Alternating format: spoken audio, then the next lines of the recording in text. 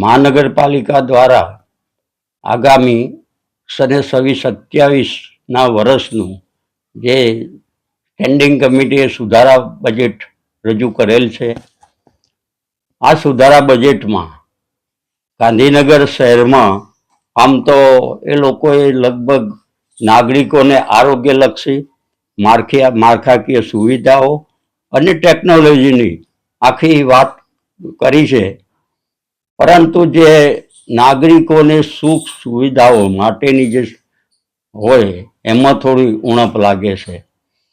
ગાંધીનગર શહેરમાં જે બાગ બગીચાઓમાં જે આપણે વાત કરી કે ભાઈ 16 બગીચાઓમાં એમાં જીમ અને રમતગમતના સાધનો મૂકવાના, પણ ખરેખર તો સરખું સમન્વય હોય આખું રાખવું જોઈએ કે ગાંધીનગરના 16 બગીચા જ મહાનગરપાલિકાના અંડરમાં નથી.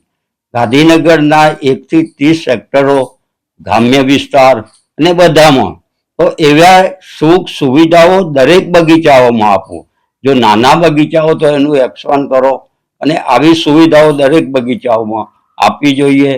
આમાં આઇકોન રોડ બનાવવાની વાત કરવામાં આવી છે, પણ આપણે જોઈએ છે કે ગાંધીનગરમાં જે રોડ બને છે એ જે આંતરિક રહેઠાણ સેક્ટરોના જે વસાહતીઓમાં બને છે એ રોડ અને વીવીઆઈપી સેક્ટરોમાં જ્યાં વીવીઆઈપી છે અને વીવીઆઈપીઓની જે અવર જવર હોય છે એ ત્યાં જ આઇકોનિક રોડ બનાવવામાં આવે છે. બીજું જે આખું રજૂ કરી છે જે બજેટ, એમાં લગભગ ગાંધીનગરની સિટી વિસ્તારને થોડો અન્યાય થયો છે. મોટા ભાગે ગ્રામ્ય વિસ્તારમાં આનું આવરી લેવામાં આવ્યું છે.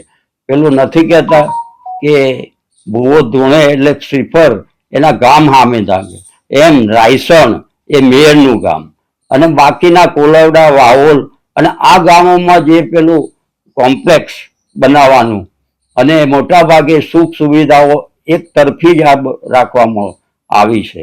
બીજું, આ જે ગાંધીનગરની જ્યારે રચના થઈ અને રચનામાં જે 7 ગામો એમાં પાલજ, બાસણ, ઇન્દ્રોડા, બોડી, ફતેપુરા, આદેવાડા અને ધોળાકુવા, આ ગ્રામ્ય વિસ્તારનો તો ક્યાંય સુખ સુવિધાનો ઉલ્લેખ જ નથી. કેમ એ ગ્રામ્ય વિસ્તારના લોકો ટેક્સ ભરતા નથી, મિલકત વેરો નથી ભરતા, અને એ ગ્રામ્ય વિસ્તારની પરિસ્થિતિ જ્યારે ગાંધીનગરની હતી ત્યાંની હજુ જૈસે તે છે. એ 7 ગામોમાં ગાંધીનગરની શહેરની જેમ બધી સુખ સુવિધાઓ મળવી જોઈએ, પણ હજુ સુધી મોટા ભાગના ગ્રામ્ય વિસ્તારોમાં પૂરું ત્યાં સુખ સુવિધાઓ મળે નથી. મોટા ભાગે બાગ બગીચાઓ નથી, રંગમંચ નથી, પ્રાથમિક માધ્યમિક શાળાઓ નથી, સિટી બસની વ્યવસ્થા નથી, અને રોડ રસ્તા જુઓ ગ્રામ્ય વિસ્તારમાં તો રસ્તાઓ ક્યાંય રોડ દેખાતા જ નથી.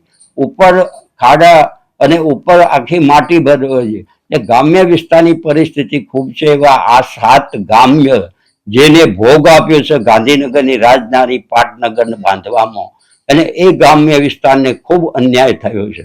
અને એ લોકોમાં અત્યારે ઘણો ભારે રોષ છે કે 7 ગામોને આ મહાનગરપાલિકાનું જે બજેટમાં એમાં અવગણના થઈ છે અને વિસરાઈ ગયું છે.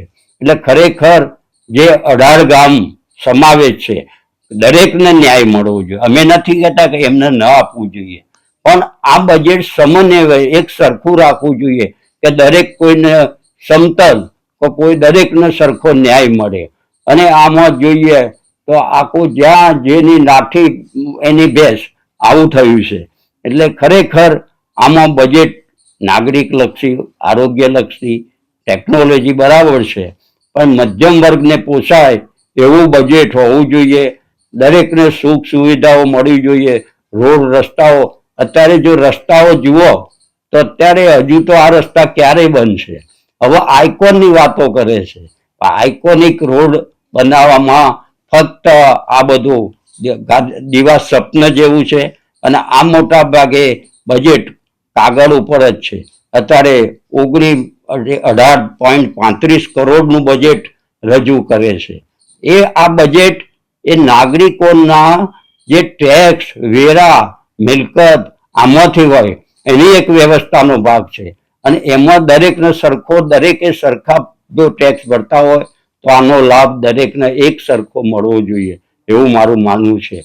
ઠીક છે, બજેટ રજૂ કર્યું છે અને એ બજેટ પ્રમાણે આ વિકાસના કામો થાય એવા અમે